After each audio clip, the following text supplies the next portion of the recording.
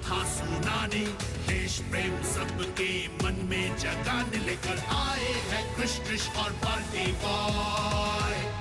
भारत है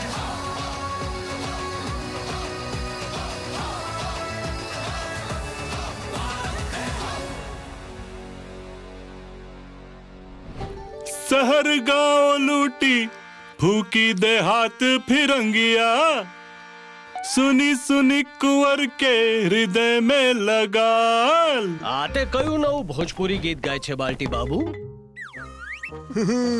આ એક લોકગીત છે ક્રિશ, બિહારમાં બાબુ વીર કુંવરસિંહ માટે ગાવામાં આવે છે। अब छोड़ रे फिरंगिया हमार देशवा, लूट पूट कहली तो हाल। अब छोड़ रे फिरंगिया हमार देशवा। એમને નહીં બોલાવ અને બાબુ વીરસિંહ કુંવરની વાર્તા જલ્દી સંભળાવ। ઠીક છે, વાલી સંસ્કૃતિ સ્ટોરી મોડ ઓન।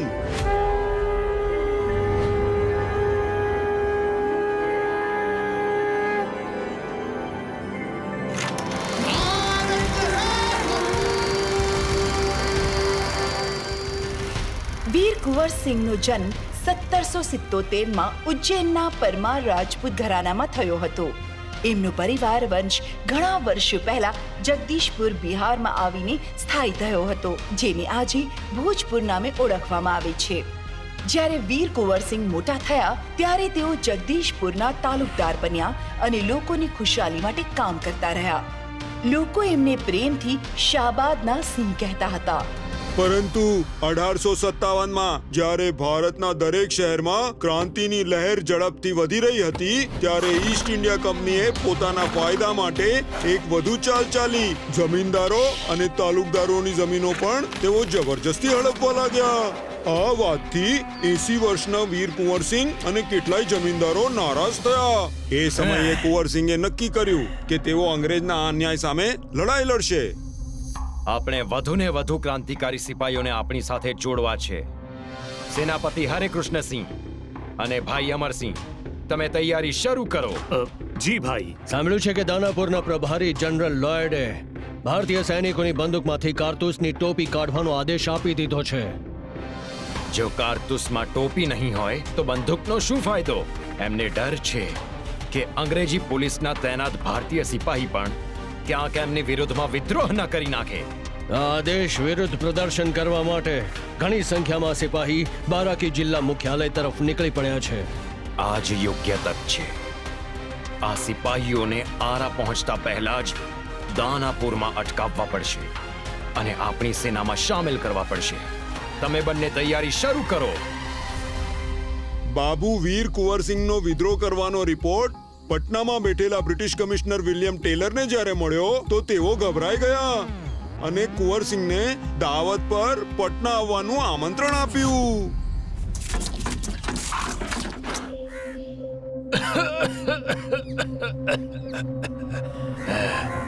વિલિયમ સાહેબનો ખૂબ ખૂબ આભાર, પણ હવે હું ઘરડો થઈ ગયો છું અને બહુ બીમાર પણ રહું છું। પલંગ પરથી ઉઠી પણ નથી શકતો। મને માફ કરો, મારાથી પટના નહીં આવી શકાય। પણ બાબુ વીર કુંવરસિંહે એ આમંત્રણને ચાલાકીપૂર્વક અસ્વીકાર કરી નાખ્યો અને પોતાની યોજના પ્રમાણે દાનાપુર પહોંચી ગયા, જ્યાં એમણે હજારો હિન્દુસ્તાની સિપાહીઓને અંગ્રેજો વિરુદ્ધ લડવા માટે પ્રેરિત કર્યા। અંગ્રેજોની લૂંટફાટ અને અત્યાચારનો અંત લાવવો છે। આપણે બધા મળીને આરા જાશું। યાદ રાખજો, આપણું ફક્ત એક જ લક્ષ્ય છે, કંપની સરકારને હટાવવાનું અને આરા જેલમાં કેદ ક્રાંતિકારી ભાઈઓને છોડાવવાના છે। અંગ્રેજી સરકારના ખજાનાઓ પર આક્રમણ કરીને જેટલા ઉપાડી શકો એટલા હથિયાર ઉપાડો અને દારૂગોળા ભેગા કરો। હવે આ લડાઈ આપણે છેલ્લા શ્વાસ સુધી લડીશું। બાબુ વીર કુંવરસિંહે આ સિપાહીઓ સાથે મળીને સૌથી પહેલા આરાની જેલ પર આક્રમણ કર્યું અને ત્યાં કેદમાં રહેલા ક્રાંતિકારીઓને છોડાવ્યા. પછી એમણે સરકારી ખજાનો, ધાન્ય ભંડાર અને શસ્ત્રાગાર પર હુમલો કરી નાખ્યો. જ્યારે કંપની સરકારને આરા પર કુંવરસિંહના હુમલા વિશે ખબર પડી તો એમણે 450 બ્રિટિશ સિપાહીઓ સાથે કેપ્ટન ડનબારને રવાના કર્યા. પણ વચમાં જ કેપ્ટન ડનબાર અને એમની સેના પર કુંવરસિંહ અને એમના સિપાહીઓએ અચાનક હુમલો કરી નાખ્યો અને એમને ખતમ કરી નાખ્યા.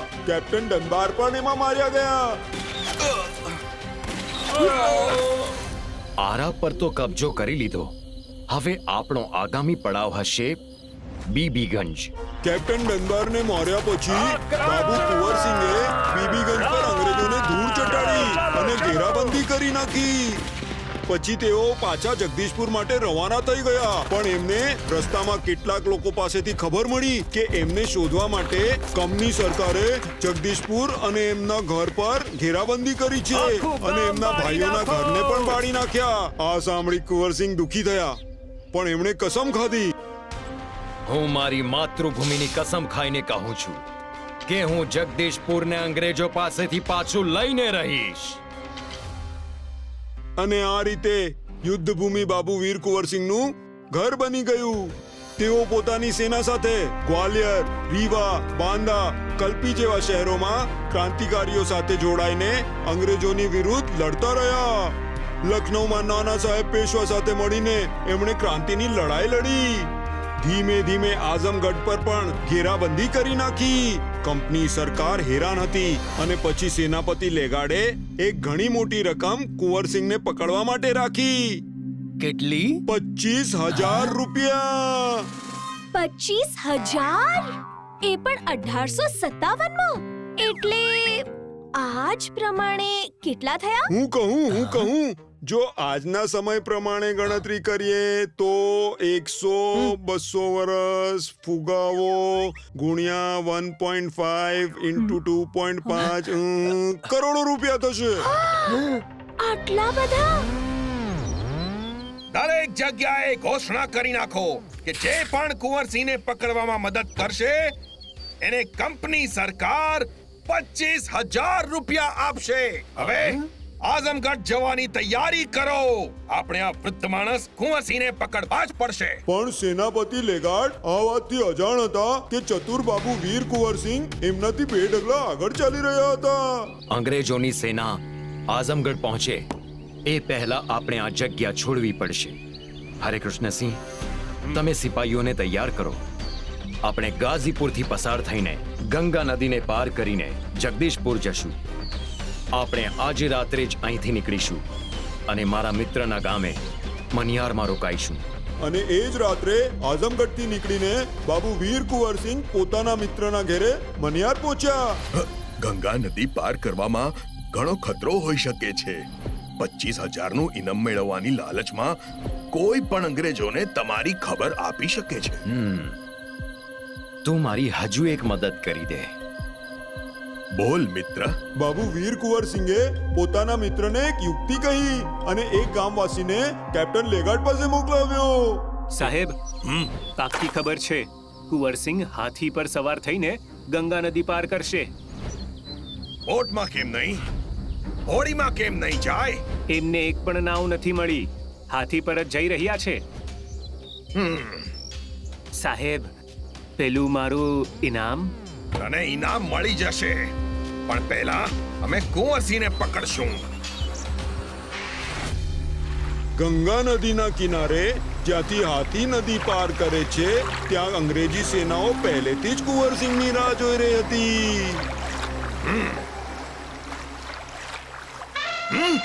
સૈનિકો તૈયાર થઈ જાઓ. પણ જ્યારે હાથી નજીક આવ્યા તો એના પર કોઈ નહોતું. કુંવરસિંહ આપણને મૂર્ખ બનાવ્યા. એ નાવમાં પ્રવાસ કરીને જાય છે. ચાલો ચાલો શિવપુર ઘાટ. જ્યારે કેપ્ટન લેગાર્ડ પોતાની સેના સાથે શિવપુર ઘાટ પહોંચ્યા તો બાબુ વીર કુંવરસિંહ પોતાના સાથીઓ સાથે હોડીમાં બેસીને અડધી ગંગા નદી પાર કરી ચૂક્યા હતા. કેપ્ટન લેગાર્ડે ગોળીઓ વરસાવવાનું શરૂ કરી નાખ્યું. Fire at them! એ બંને વચ્ચે એક ઘમાસાણ યુદ્ધ થયું જેમાં બાબુ વીર કુંવરસિંહને પોતાની ડાબી હથેળીમાં એક ગોળી વાગી ગોળીનું ઝેર આખા શરીરમાં ફેલાય ન જાય એ માટે કુંવરસિંહે પોતાનું ડાબું કાંડું તલવારથી કાપી નાખ્યું અને સેનાપતિ લેગાર્ડને ચકમો આપીને તેઓ જગદીશપુર પહોંચી ગયા. કુંવરસિંહ ઘણી બહાદુરી સાથે જગદીશપુરમાં અંગ્રેજો સાથે લડતા રહ્યા. એમણે એમની કસમ પૂરી કરી અને જગદીશપુરમાં કંપની સરકારનો ઝંડો ઉતારી લીધો. આવા હતા 80 વર્ષની ઉંમરવાળા વીર યોદ્ધા બાબુ કુંવરસિંહ. પછી તેઓ બીમાર રહેવા લાગ્યા અને 26 એપ્રિલ 1858માં એમણે પોતાના જ મહેલમાં પ્રાણ ત્યજી દીધા. ખરેખર પોતાની માતૃભૂમિની ગરિમા અને પ્રતિષ્ઠા કેમ જાળવવી એ કોઈ વીર કુંવરસિંહ પાસેથી શીખે. ઈસવીસન 1966માં ભારત સરકારે એમના સન્માનમાં પોસ્ટલ સ્ટેમ્પ ઇસ્યુ કર્યા અને 2017માં આરા અને છપરાને જોડનાર બ્રિજનું નામ વીર કુંવરસિંહ સેતુ રાખવામાં આવ્યું. આવો સાથે મળીને લોકગીત ગાઈએ. अब छोड़ रे फिरंगिया हमार देसवा लूट पुट कहली तुहान. अब छोड़ रे फिरंगिया हमारे देसवा लूट पुट कहली तो हान. गर्व से कहो भारत है हम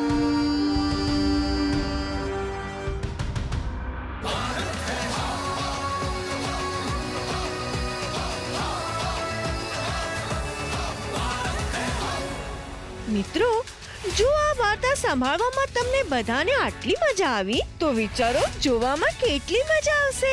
જુઓ ક્રિશ ટ્રીશ પાર્ટી બોય ભારત છીએ અમે દર રવિવારે સવારે 11 વાગે દૂરદર્શન પર. અને અમારા સ્ટ્રીમિંગ પાર્ટનર્સ છે Amazon Prime Video અને Netflix. Stay tuned.